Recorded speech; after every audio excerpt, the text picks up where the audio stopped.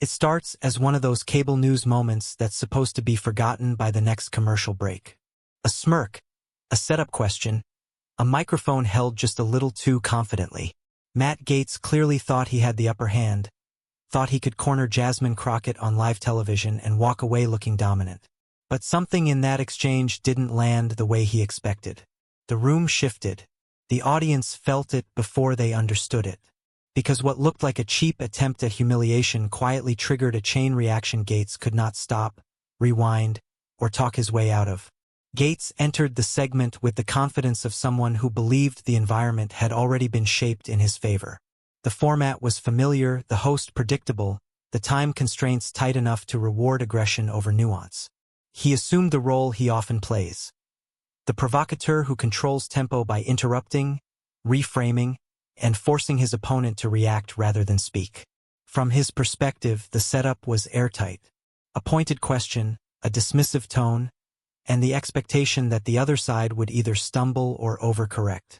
He leaned back in his chair as if the outcome were already decided, signaling to viewers that this was just another routine performance. What he failed to account for was how much the audience's tolerance for that performance had changed. The same tactics that once read as confidence now hovered closer to condescension. His body language communicated certainty, but also impatience.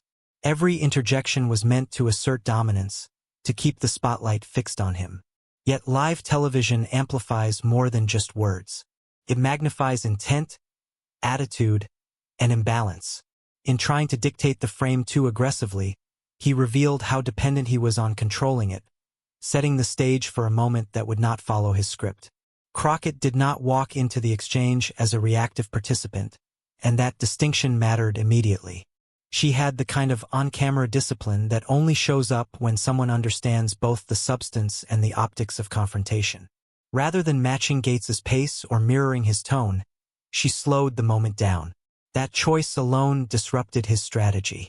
He expected defensiveness, perhaps a flash of frustration, something he could seize and amplify. Instead, he was met with attentiveness and restraint.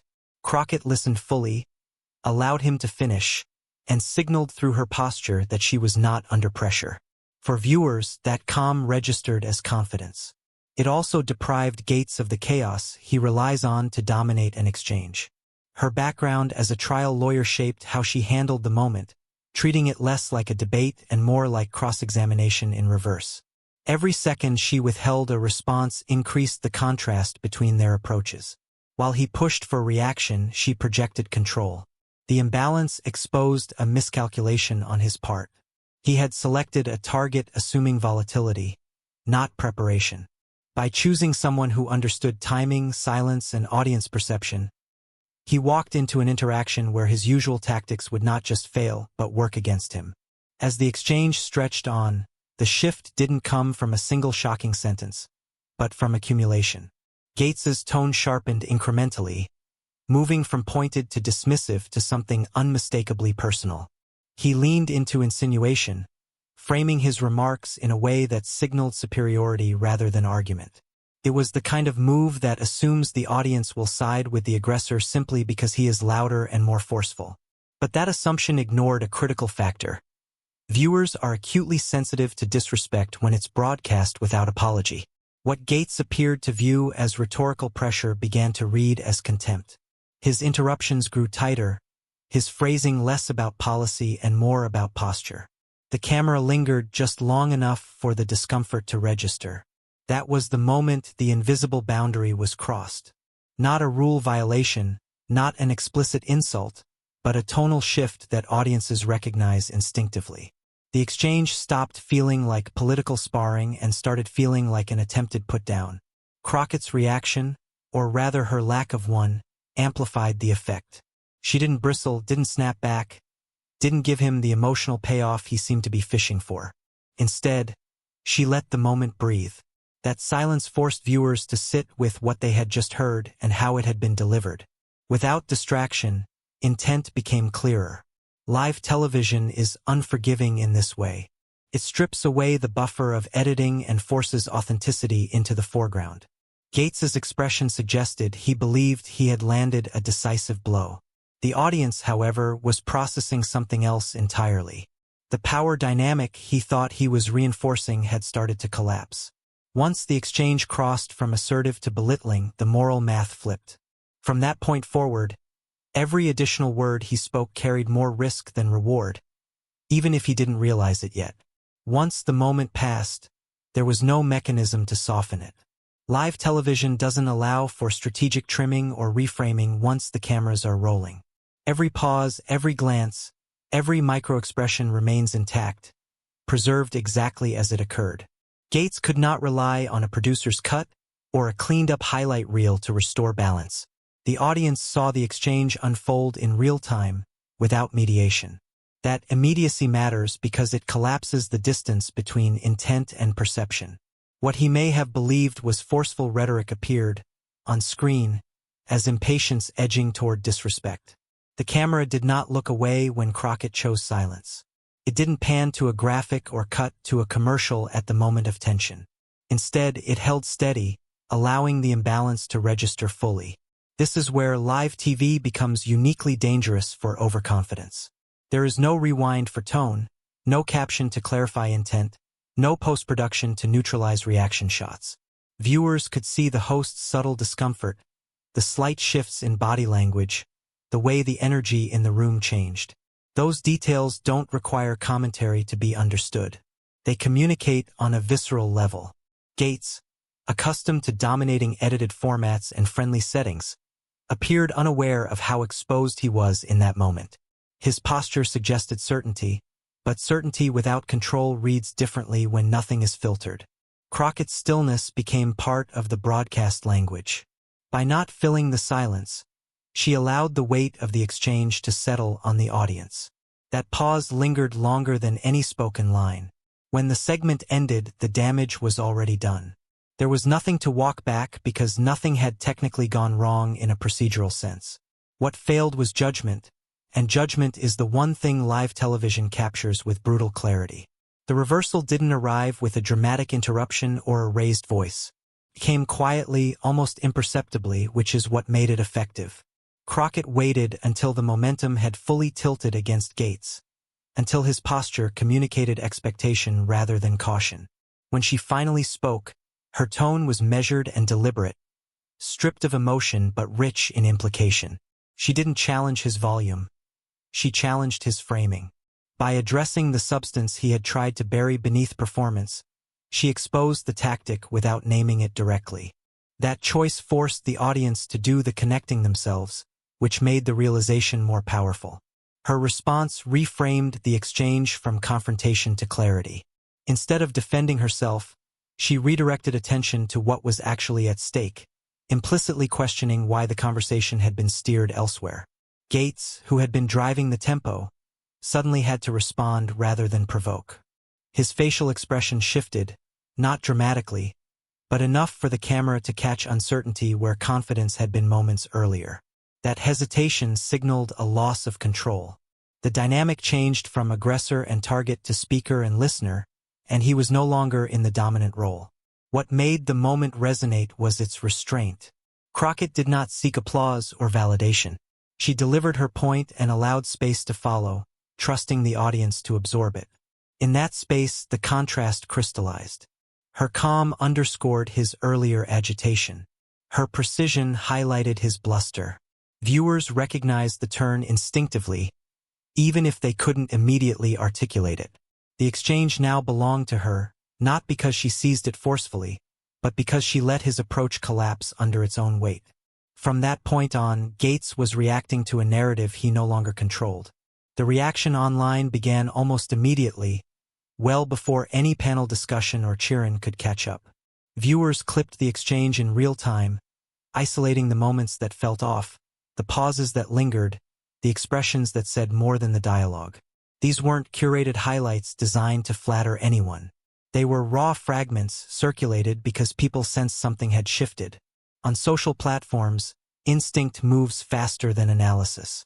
Users didn't wait for permission to interpret what they saw. They labeled it, shared it, and added context drawn from memory rather than headlines.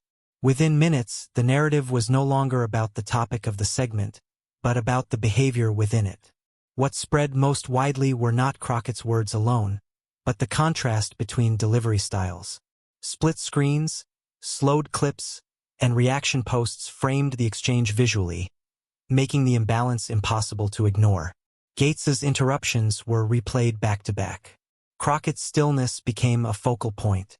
The medium favored what cable news often misses in the moment: tone, pacing, and restraint. Algorithms amplified content that sparked recognition, not outrage for its own sake. The comment sections filled with variations of the same observation, phrased differently but pointing in the same direction. That convergence is how narratives solidify online. Cable news, by contrast, moved at its usual speed.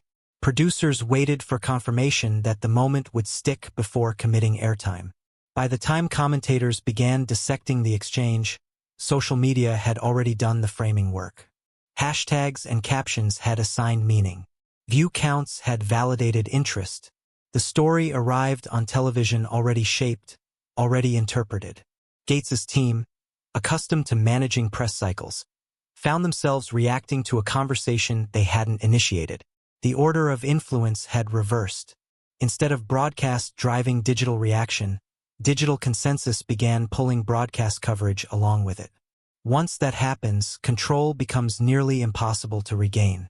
What gave the moment its staying power was recognition. Viewers weren't processing the exchange as a one-off misstep. They were slotting it into a mental file that already existed. The cadence, the interruptions, the performative confidence all felt familiar. As clips circulated, people began resurfacing older appearances, not because they were prompted to, but because the behavior matched. The comparison didn't require heavy commentary. Simply placing moments side by side allowed the pattern to speak for itself. What once might have been dismissed as an aggressive style now looked repetitive, even rehearsed. Patterns change how audiences interpret intent. When behavior appears consistent across contexts, it stops benefiting from charitable readings. The benefit of the doubt erodes. Viewers began describing the exchange using language that suggested expectation rather than surprise. That shift is subtle but critical. Surprise can fade. Expectation hardens. It transforms an incident into evidence. In Gaetz's case, the recognition reframed his actions from situational to habitual. The same tactics that once energized a certain segment of the audience now read as predictable theater. Crockett's role in that recognition was indirect but powerful. By not escalating, she acted as a neutral surface against which the pattern became more visible. There was no mutual chaos to muddy interpretation. The contrast sharpened memory. Each interruption, each tonal shift, echoed past moments viewers had already seen. Social media threads began cataloging rather than debating. That's when narratives solidify, when people stop asking what happened and start saying, "This is what he does." Once a pattern is widely perceived, it becomes a lens through which future behavior is judged. Every subsequent appearance risks reinforcing it. In this case, recognition did more damage than any single critique could. It stripped the moment of novelty and replaced it with fatigue. And fatigue is far more corrosive to public perception than outrage ever is. In the hours after the segment aired, the absence of Crockett's voice became its own signal. There was no immediate post, no clipped response video, no attempt to capitalize on the moment while it was trending. In a media environment conditioned to expect instant reaction, that restraint stood out. Viewers noticed not because she announced it, but because she declined to participate in the familiar ritual. That decision shifted attention back onto the footage itself. Without her commentary guiding interpretation, audiences were left alone with what they had already seen. The silence functioned as confidence, implying that nothing needed clarification or embellishment. This restraint contrasted sharply with expectations shaped by political media norms. Typically, moments like these are followed by rapid-fire messaging designed to lock in a narrative. Crockett's choice not to engage disrupted that rhythm. It suggested that the exchange could stand on its own merits. For many viewers, that read as strength. It communicated that she trusted the audience's judgment and did not feel compelled to litigate the interaction publicly. Silence, in this context, was not avoidance but positioning. Meanwhile, the lack of response created space for others to speak on her behalf. Commentators, users, and even critics filled the vacuum with their own interpretations, many of which emphasized her composure. Because she hadn't defined the moment herself, those interpretations felt organic rather than orchestrated. The story evolved without her fingerprints on it, which enhanced its credibility. It became harder to dismiss as spin or opportunism. That quiet also intensified scrutiny on Gaetz's next moves. With only one side reacting, the asymmetry became more pronounced. Each attempt he made to explain or reframe the exchange felt louder by comparison. The more he spoke, the more her silence gained weight. In political communication, restraint is risky, but when executed precisely, it amplifies contrast. Crockett's decision not to rebut transformed absence into presence, allowing the narrative to mature without interference and making her composure the enduring takeaway. When Gaetz finally addressed the moment, the instinct to respond proved more damaging than the exchange itself. Instead of letting the clip cycle burn out, he chose to engage it directly, framing his comments as clarification rather than defense. But clarification implies misunderstanding, and the audience had already decided what they saw. His response leaned heavily on intent, not impact, which immediately put him at odds with viewer perception. The more he explained what he meant, the more attention he drew to how it landed. That gap became the story. His language carried an edge of irritation, subtle but unmistakable. Rather than projecting confidence, it suggested frustration at being questioned at all. That posture rarely plays well after a moment that has already been read as condescending. Viewers were primed to scrutinize tone, and his response gave them more material to analyze. Every word felt like an attempt to regain authority that had already slipped.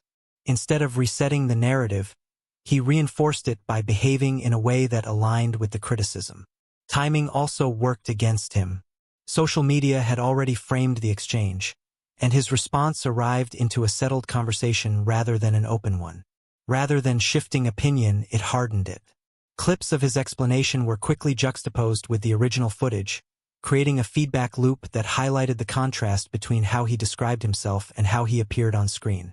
That dissonance undermined credibility. Perhaps most damaging was the imbalance it created.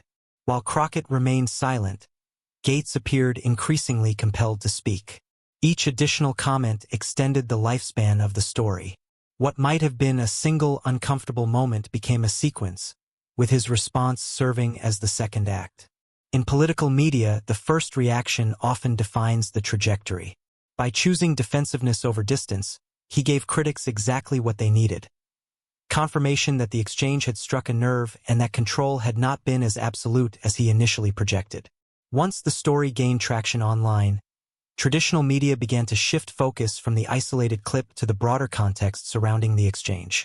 Producers and commentators recognized that what viewers were reacting to wasn't just a single moment, but part of a larger behavioral pattern that had been on display for years.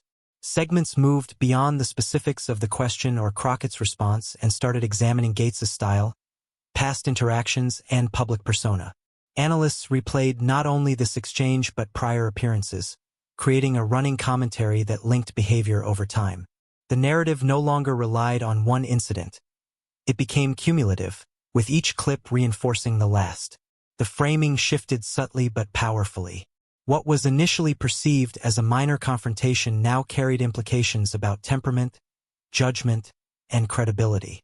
Media coverage highlighted contrasts: restraint versus aggression, preparation versus improvisation, composure versus posturing. By layering this context, the segment created a lens through which all future interactions would be interpreted.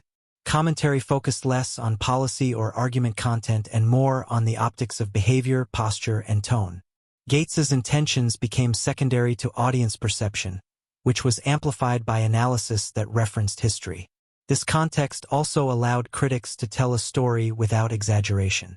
Patterns, repetition, and tone became evidence rather than opinion. Side-by-side comparisons, visual cues, and selective replay of past segments emphasized continuity, making the current exchange feel inevitable rather than isolated. Even supporters found it harder to dismiss, as the media didn't invent a problem, they documented what was already observable.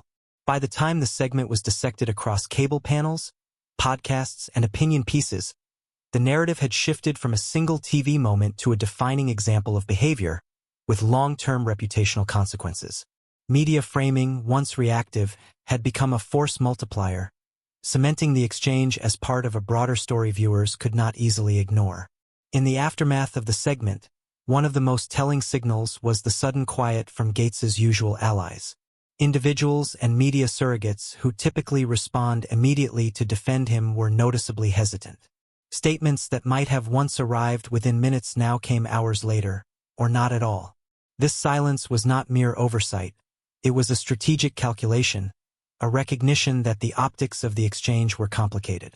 Public defense in that moment risked amplifying the very narrative they usually try to contain. The pause itself became meaningful, signaling uncertainty or discomfort that viewers instinctively registered. In politics, absence can be as loud as words, and in this case it reverberated through both traditional and social media. The lack of immediate defense amplified the perception of vulnerability. Gaetz, accustomed to rapid-fire support, suddenly appeared exposed. Allies who might normally frame the story to minimize impact or shift blame were missing from the conversation. Without their voices, the narrative was left largely unchallenged, giving audiences space to interpret events independently. Each passing hour of inaction compounded the impression that the exchange had shaken even those closest to him. That quiet, coupled with Crockett's silence, created an asymmetric communication environment. The audience was left to focus on the contrast between composure and agitation, preparation and posturing, without competing narratives muddying the waters. Observers quickly noticed the change in tone from usual surrogates. Defensive social media posts were cautious, interviews were measured, and talking points were delayed or absent. Even long-standing allies who typically amplify Gaetz's messaging appeared reluctant to engage. That hesitation alone became a story, feeding the sense that the exchange had consequences beyond what initially appeared on screen. In moments like this, the absence of reinforcement signals vulnerability more effectively than any criticism could. For Gaetz, it wasn't just a televised stumble. It was a disruption of the support system he relies on to maintain control over public perception, leaving him exposed to scrutiny he could not easily counter. Crockett's handling of the exchange conferred a type of authority that no one anticipated, including perhaps herself. By maintaining composure, choosing restraint over reaction, and letting Gaetz's aggression unfold without interruption, she created a contrast that made her appear more capable and credible simply by comparison. Authority in political media is often as much about perception as policy, and in this case, her behavior allowed viewers to assign her a level of competence and control that went beyond the immediate segment. She did not need to dominate the conversation. The optics of calm under pressure did the work for her, giving her a presence that felt measured, intentional, and commanding. This unintended authority became evident in how commentators and audiences alike framed the discussion. Analysts praised her for poise and professionalism, often citing the difference in demeanor between the two participants. Social media posts highlighted her ability to let the exchange speak for itself, noting that she did not need to over-explain or dramatize her response. Each clip that circulated reinforced the impression that she was prepared for pressure and confident in her approach. Whereas Gaetz's attempts at control and forceful posturing were increasingly interpreted as bluster, Crockett's measured delivery read as skill. The power dynamic shifted subtly but unmistakably, placing her in the position of arbiter rather than target. Even without seeking attention or claiming victory, her authority spread organically. Interviews, podcasts, and commentaries began referencing her composure as a model for political engagement, framing her as someone who could handle public scrutiny with discipline. That kind of perception carries forward, influencing future interactions, appearances, and even policy debates. By simply navigating a high-pressure moment with clarity, she established credibility that others would have to reckon with, and inadvertently set a benchmark against which Gaetz's behavior would be measured repeatedly. What transformed the segment from a fleeting television moment into a wider cultural touchpoint was the audience's emotional shift. Initially, viewers may have tuned in expecting the familiar clash, political theater, rapid-fire exchanges, and the usual performative bravado. Gaetz's approach initially triggered curiosity and a sense of anticipation. Who would stumble first? Who would land the sharper line? But as the segment unfolded, the emotional tenor shifted. What had begun as entertainment quickly turned into judgment, a collective evaluation of behavior rather than argument. Viewers were no longer analyzing policy points or rhetorical skill. They were gauging character, temperament, and credibility. That pivot is critical because it moves an audience from passive consumption to active moral engagement. The catalyst for this shift was the contrast between aggression and composure. Gaetz's attempts to dominate created tension, but Crockett's measured responses reframed the moment. The audience began empathizing with her restraint and recognizing the disparity in approach. Emotional alignment shifted from amusement at the spectacle to concern over the ethical and interpersonal implications of the exchange. Each interruption, each pointed remark no longer entertained, it provoked skepticism. This transition from curiosity to judgment is powerful because it engages the audience on a deeper, instinctive level. People start interpreting behavior through the lens of fairness and integrity, not just performance. Social media accelerated this pivot by amplifying the contrast and inviting commentary. Observers dissected tone, posture, and word choice, labeling behavior and assigning value to composure versus agitation. By the time cable news picked up the story, the emotional framing had already been established. The audience had decided who appeared credible, who seemed domineering, and who deserved trust. This collective moral calculus made the narrative stick. What started as a televised confrontation became, in real time, a commentary on temperament and judgment, ensuring the moment would resonate far beyond the original segment. Once the audience's emotional pivot took hold, the story entered a feedback loop that intensified rapidly. Every clip, every social media post, and every analysis circulated in ways that reinforced the narrative rather than diluting it. As viewers reacted, their responses, comments, shares, and side-by-side comparisons fed algorithms that prioritized visibility, ensuring that more people encountered the same framing repeatedly. Each subsequent viewing layered new context, emphasizing Crockett's composure and Gaetz's overreach. In this way, the moment became self-reinforcing.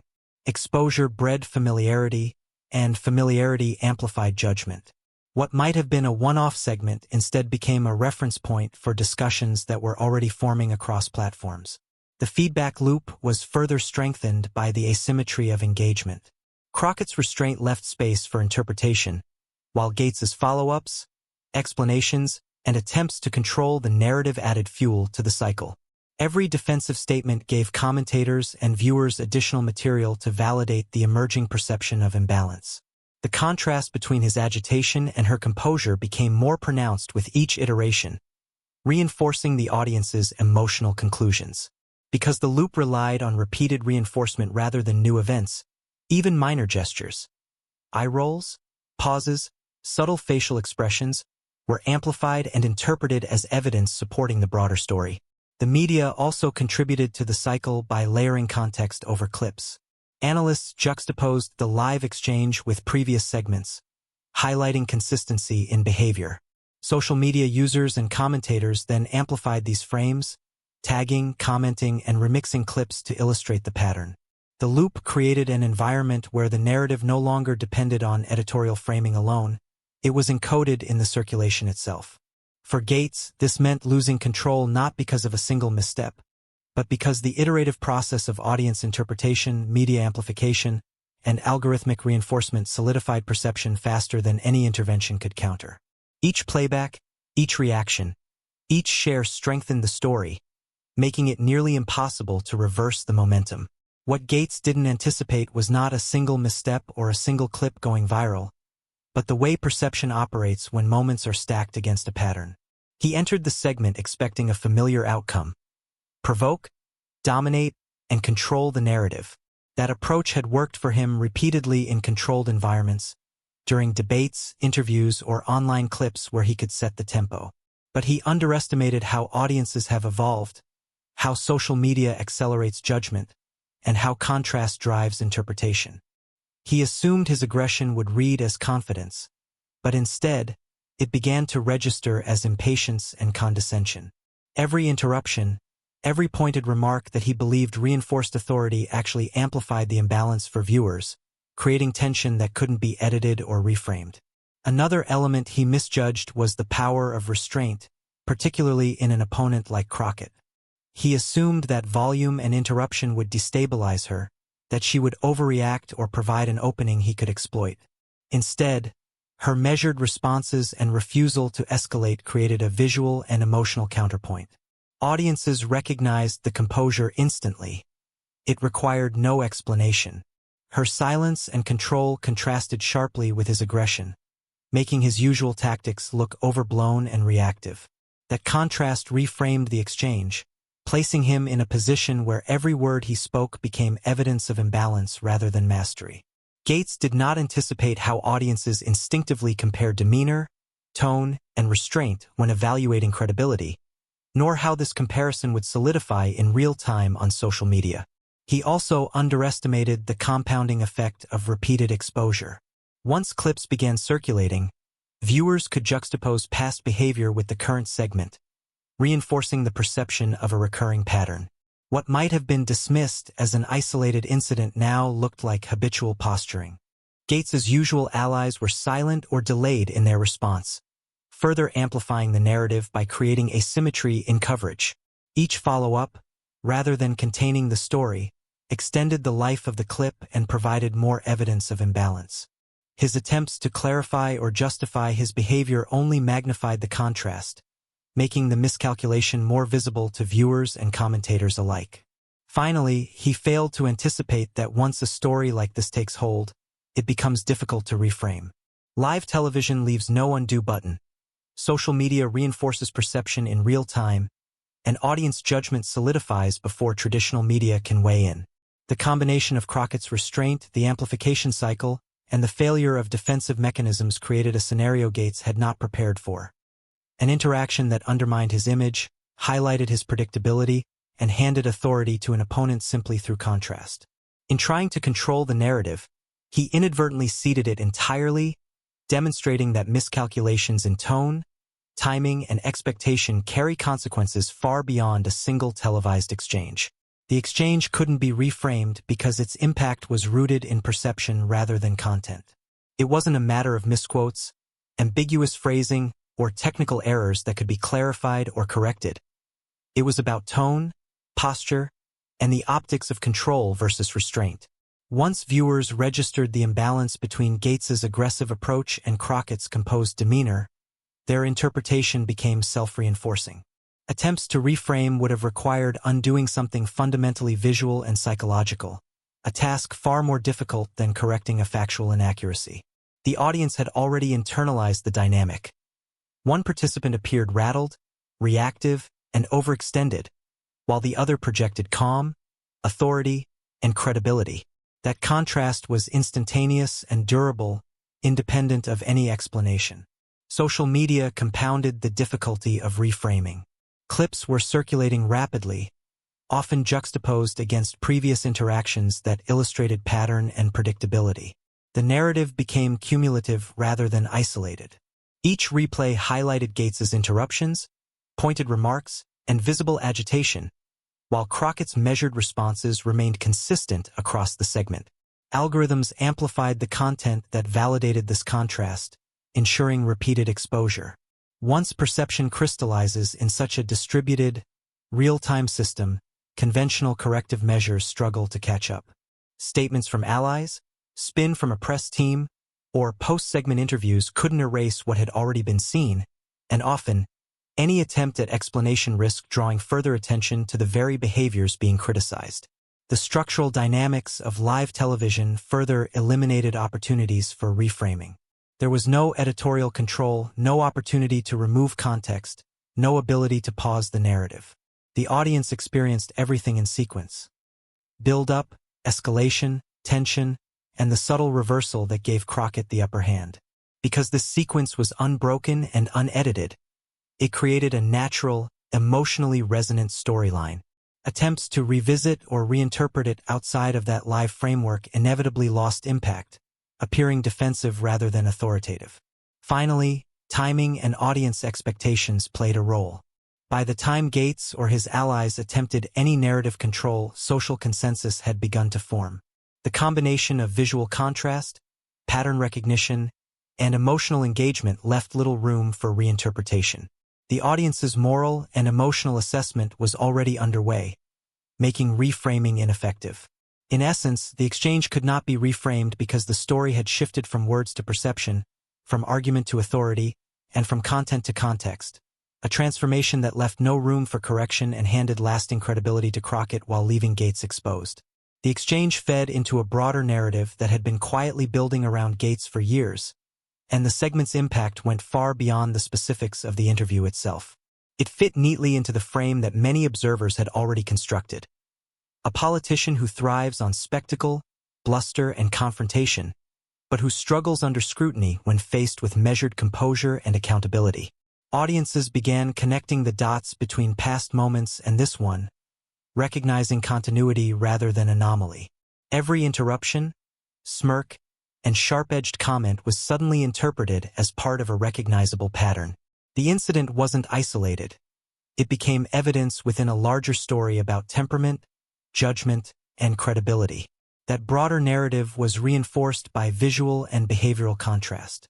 Crockett's composure served as an unintentional benchmark, highlighting qualities Gaetz lacked in that moment. Her calm, precise, and controlled approach made his bluster more noticeable, and the audience picked up on it instinctively. Media outlets and commentators framed the exchange in terms of this dynamic, comparing it to previous segments where his aggression or performative style had similarly failed to land as intended. Each analysis amplified the narrative by layering historical context onto the moment, transforming it from a fleeting exchange into an emblematic example of a larger trend. Social media accelerated the integration of this clip into the broader story. Users juxtaposed past appearances with the current segment, cataloging behavior and reinforcing the perception of predictability and overconfidence. Hashtags, reaction videos, and side-by-side comparisons made the narrative digestible and shareable, ensuring that the story circulated widely and rapidly. Each iteration of the clip acted like a reinforcing loop, allowing audiences to participate in the narrative's construction. By the time cable and broadcast commentators weighed in, the story had already crystallized, making external attempts at reframing nearly impossible. The long-term consequence of this broader narrative is that it reshapes audience expectations for future appearances. Every subsequent interview, speech, or public interaction will be filtered through this lens. The exchange became not just a single television moment, but a defining example of perceived behavior, affecting credibility, authority, and public perception. For Gaetz, this meant that a single failed attempt at dominance now fed a cumulative storyline that others could reference, dissect, and amplify indefinitely, solidifying a reputation that will be difficult to counter. The aftermath of the exchange carried consequences that went far beyond the segment itself, extending into Gaetz's broader public perception and political brand. Unlike moments that fade after a news cycle, this interaction lingered because it crystallized multiple vulnerabilities simultaneously: tone, temperament, and credibility. The visual record of his attempts to dominate, contrasted with Crockett's measured responses, became a reference point for both supporters and critics.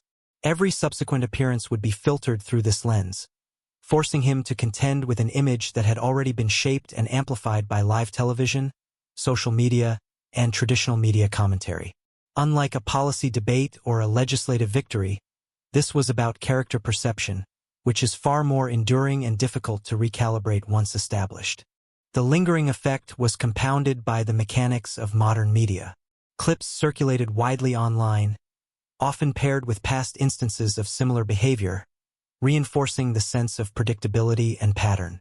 Social media commentary, side-by-side comparisons, and reaction threads created a narrative ecosystem that continuously validated the audience's perception. Each new post, retweet, or share extended the story, keeping the moment in public view long after the cameras turned off. This feedback loop ensured that the exchange would not be confined to a single day or segment. It became part of an ongoing conversation about temperament and judgment, embedding itself in the collective consciousness of viewers and pundits alike.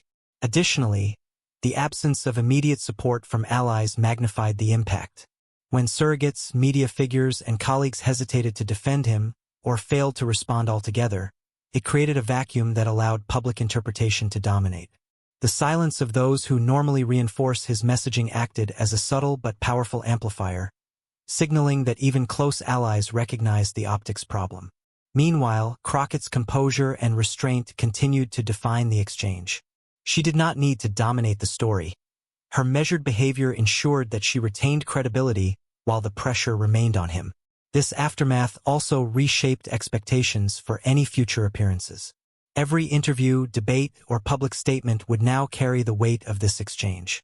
Audiences, journalists, and political opponents would instinctively measure his reactions against this benchmark, looking for patterns of behavior that could confirm or challenge the narrative established in that moment.